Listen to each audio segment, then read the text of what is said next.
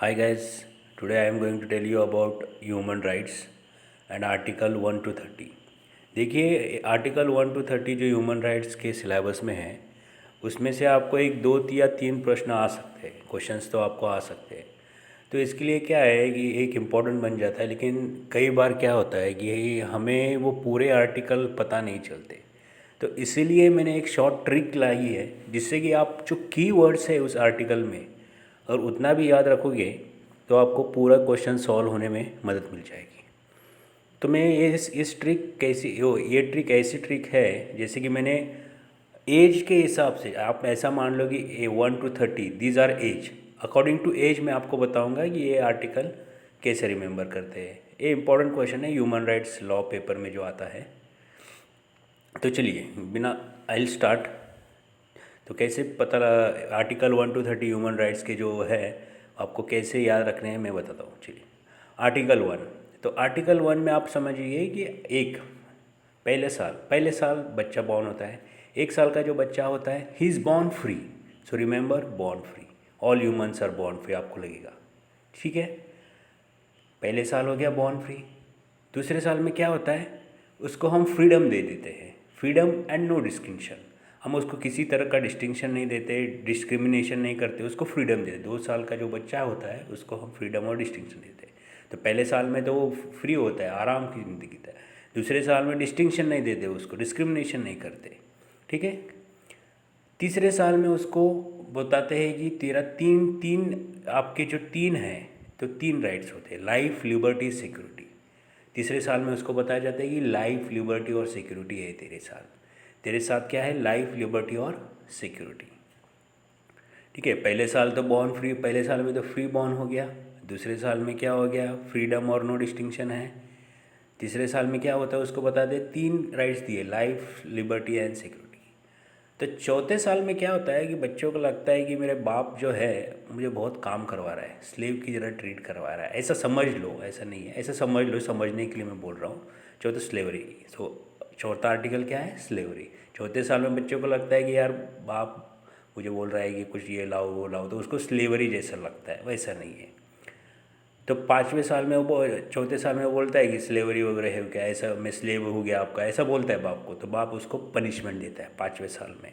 तो टॉर्चर और punishment, article 5 talks about torture to cruel inhuman और डिग्रेडेड ट्रीटमेंट और पनिशमेंट। तो 5वें साल में बाप क्या देता है, पनिशमेंट।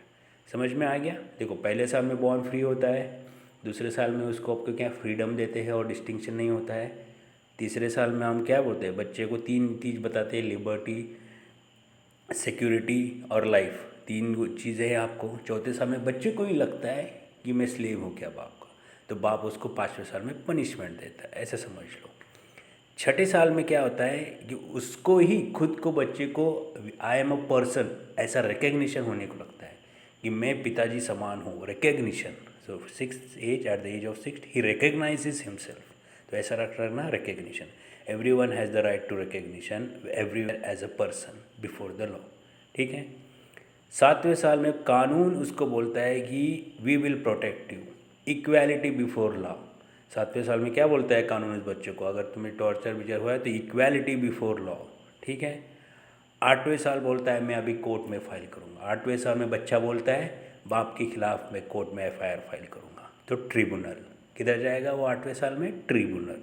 ठीक है, ट्रिब्यूनल में जाएगा तो बाप बोलता है उसको अरेस्ट करो। तो लेकिन क्या बोलता है 9वें साल में, क्या बोलता है, अरेस्ट नहीं कर सकते, no arrest. Article 9, no one shall be subject to article arrest. 9वें साल में क्या होता है, उसको अरेस्ट नहीं कर सकते। 10वें साल में बोलता है कि मैं इसके खिलाफ आवाज़ उठाऊंगा। 10वें साल में क्या बोलता है, उसके खिलाफ आवाज़ उठाऊंगा। तो पब्लिक हियरिंग, आवाज़ 10 बजे बोलते हैं ना, gather in the classroom, public hearing में एक आवाज़ उठाऊंगा। ठीक है। तो 11वें साल में बच्चा बोलता है ये बहुत हो गया पब्लिक हियरिंग बिलिंग। तो उसको लगता है कि कुछ तो, हाँ पब्लिक हियरिंग में लगता है तो उसको कुछ कुछ तो ऐसा करो कि जैसे सब पागल हो जाए। तो वो कुछ तो ऐसा करता है, लेकिन कोर्ट बोलता है इनोसेंट अनटिल प्रूवन गिल्टी। 11वें साल में कुछ तो ऐसा करता है, लेकिन कोर्ट उसको क्या बोलता है, इनोसेंट अनलेस प्रूवन गिल्टी। फिर 12वें साल में क्या होता है, 11वें साल में ऐसा कोर्ट बोलता है कि इनोसेंट है, अभी गिल्टी नहीं है। तो पहले ही कोर्ट उसको पहले ही कुछ तो सज़ा दे, उसके पहले ही वो 12 बजे, रात के 12 बजे, राइट टू प्राइवेसी होता है सबका, रात को 12 बजे क्या होता है, राइट टू प्राइवेसी। तो उसके बाद वो निकल जाता है, 12 बजे किधर निकलता है, 13 साल को क्या निकलता है, 13 साल को क्या होता है, वो कंट्री छोड़ देता है। At the age of 13 he lives the country and resides in other country. Country क्यों छोड़ देता है, क्यों आपको पता है कि अभी रिसेंटली फ़िलहाल क्या हो गया है, श्रीलंका के प्रेसिडेंट ने क्या किया, कंट्री छोड़ दिया। तो कंट्री छोड़ के किधर जाता है, बाहर के देश को जाता है, क्योंकि कांड किया है, आपको पता है ना, 11वें साल में कुछ तो कांड किया, कोर्ट ने क्या बोला, इनोसेंट अंटिल गिल्टी। 12 बजे रात के वो भाग जाता है, 13वें साल में कंट्री छोड़ देता है, और 14वें साल में क्या करता है, यूनाइटेड नेशन सिंगापुर में शरणागत हो जाता है, that is called as asylum. तो 15वें साल में क्या होता है, 14वें साल में कंट्री में शरणागत हो जाता है, ठीक है। और 15वें साल में क्या होता है, अरे 15 साल हो गए, 15 अगस्त उसके दिमाग में नेशनलिटी, उसके दिमाग में क्या आता है, नेशनलिटी। उसके बाद नेशनल देश प्रेम हो गया। 16वें साल में जब आता है तो 16 साल सबको पता है, at the age of 16 is a teenage, तो उसको लगता है शादी होनी चाहिए मेरी, तो right to marriage, right to marriage. अभी शादी तो होनी चाहिए, उसको पता है कि अभी मेरा एज है 16 का, मैरिज राइट है, तो उसके लिए क्या करना पड़ेगा, प्रॉपर्टी ढूंढनी पड़ेगी। तो 17वें साल में वो प्रॉपर्टी ढूंढता है। प्रॉपर्टी मतलब क्या, वाइफ और हस्बैंड, उसके लिए ढूंढना चालू करता है। 17वें साल में प्रॉपर्टी भी मिल जाती है। अब एक बार प्रॉपर्टी मिल गई, आपको पता है 17वें साल में प्रॉपर्टी मिल गई, जिसकी भी वाइफ है, हस्बैंड, उसको पता है। प्रॉपर्टी के बाद क्या होता है, फ्रीडम ऑफ थॉट पहले ख़त्म होता है 18वें साल में, और 19वें साल में क्या होता है, एक्सप्रेशन भी ख़त्म हो जाता है। समझ में आएगी बात, कि 16वें साल में उसका राइट हो गया मैरिज का, 17वें साल में वो प्रॉपर्टी ढूंढता है, मैरिज करना है तो प्रॉपर्टी चाहिए, तो वाइफ और इसका ढूंढता है। वाइफ आने के बाद 18वें साल में क्या होता है, फ्रीडम ऑफ एक्सप्रेशन ख़त्म हो जाता है, थॉट ख़त्म हो जाता है, और 19वें साल में एक्सप्रेशन भी ख़त्म हो जाता है। फिर 20 साल सब खत्म होने के बाद वो संगठन ढूंढता है, यूनियन ढूंढने लगता है, that is called as association. 20 साल में एसोसिएशन, कौन से इस पार्टी में जाऊँ, उस पार्टी में जाऊँ, ठीक है। तो 21वें साल में वो नेता बनने की सोचता है, क्या होता है, नेता बनने की सोचता है, take part in government, rights, government में पार्ट लेने की सोचता है। 21वें साल में होता है ना, सब नेतागिरी करते हैं, हम लोग बोलते हैं, ठीक है।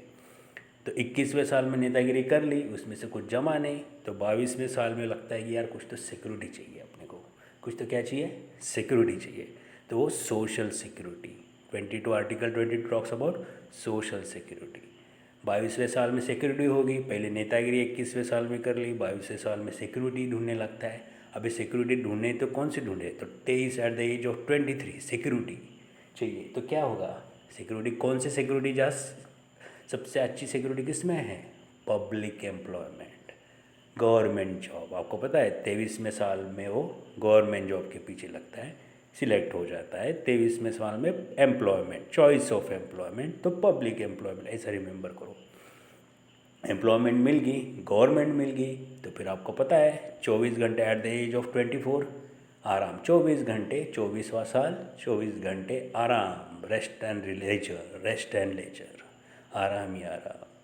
तो 25 से 24 में हमने आराम कर दिया, लेकिन 25वें साल में उसको लगता है आराम तो बहुत हो गया, लेकिन मेरा स्टैंडर्ड ऑफ लिविंग इम्प्रूव नहीं हो रहा गवर्नमेंट जॉब से, तो he goes for standard of living. Okay, remember at the age of 25 standard of living, food etcetera, health वगैरह, उसके पीछे भागना पड़ता है।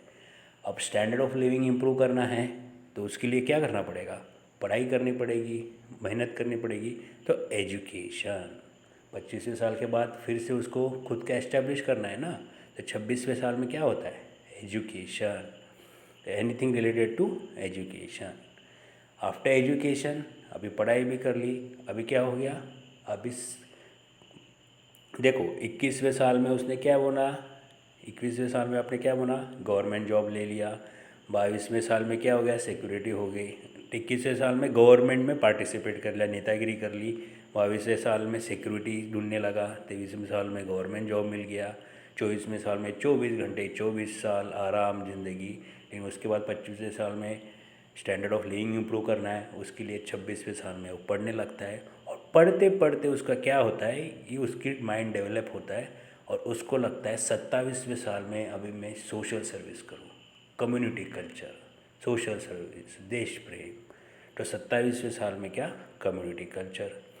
फिर उसको 28वें साल में क्या, तो वो जो कम्युनिटी कल्चर है वो इंटरनेशनल लेवल पे ले जाता है, तो इंटरनेशनल ऑर्डर। 28 साल में क्या, इंटरनेशनल ऑर्डर। और 29 साल में उसको पता चलता है at the age of 29 he has personality development improve हो चुका है। 20 एट द एज ऑफ 29 उसको लगता है मेरी पर्सनैलिटी डेवलप हो गई है। तो उसके बाद at the age of 30 he said I will protect and respect the human rights and not to be distracted, and I will not distract it. So 30 declaration not to be distracted. I hope guys you enjoyed the video. If you, it is just for the fun, so that you can remember article 1 to 30 by just taking the keywords in the articles and remember it by age, as I said. If you want, you can once again recall, pause the video and view how to by heart the article. By heart in the sense, just remember the keywords. In the examination, you will be able to understand. Thank you guys.